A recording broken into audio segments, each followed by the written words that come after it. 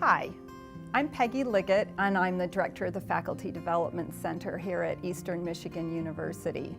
And one of my responsibilities is to help instructors be the best teachers that they can be for their students. One of my favorite resources is The Courage to Teach from Parker Palmer. And in this chapter, he's talking about the difference between bad teachers and good teachers. Let me just indulge me for a second while I read this to you. One student I heard about said she could not describe her good teachers because they differed so greatly one from another. But she could describe her bad teachers because they were all the same.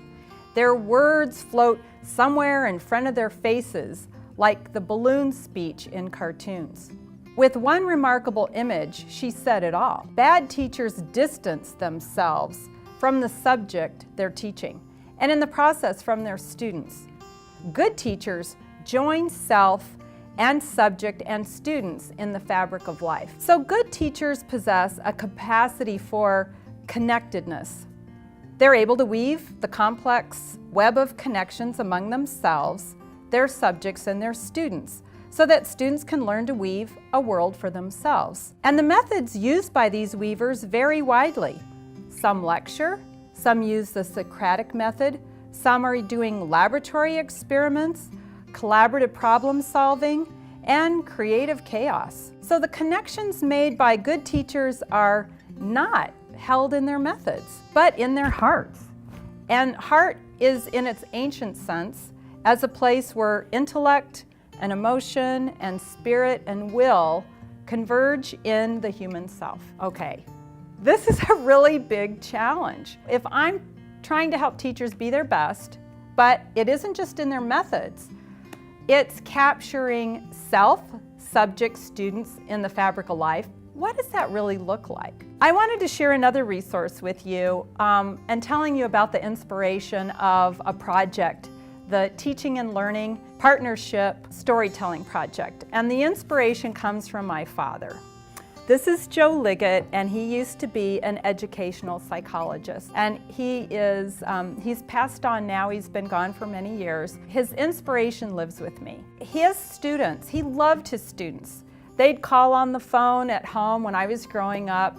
Dad, the phone's for you, it's one of your students again. And at Thanksgiving, if there was a student who couldn't go home for the holidays, they'd be at our house. And so he shared with me one of his favorite books, Teacher Effectiveness Training. And he gave it to me when I was an undergraduate. I got a degree in biology, but he said, maybe you'd like to get a teaching certificate. And I did, and when I graduated, he gave me this book. So Gordon says, teaching and learning are two different functions, two separate and distinct processes. Teaching is carried out by one person while the process of learning goes on inside another. If teaching-learning processes are to work effectively, a unique kind of relationship must exist between the two separate organisms, some kind of connection between the teacher, and the learner. So two things in common from Parker Palmer and Gordon's book, Teacher Effectiveness Training, have to do with connectedness, and apparently, this is very unique from one teacher to another. So I wanted to try to capture what teaching and learning looks like. And so I created a scholarship in the name of our family. My dad inspired everybody in my family to be a teacher, my mom and my sisters. The idea is that in this scholarship, the application asks for the instructor and the student to each tell their story. Why is this instructor great? Why is this student great? What is the connection between the two? And we're trying to capture that in video.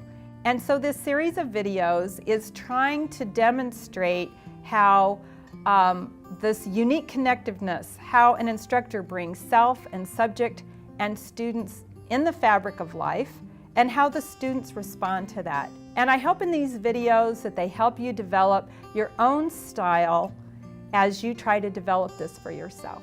And one final thought that I want to leave with you. If you're watching this video, I'm sure it's because you care very much about your teaching. And I'm sure that you've got a teaching and learning story that you could share. And I hope that you will agree to sit down with your student and create one of these little videos for others to see your own unique style of how you do this. Thank you.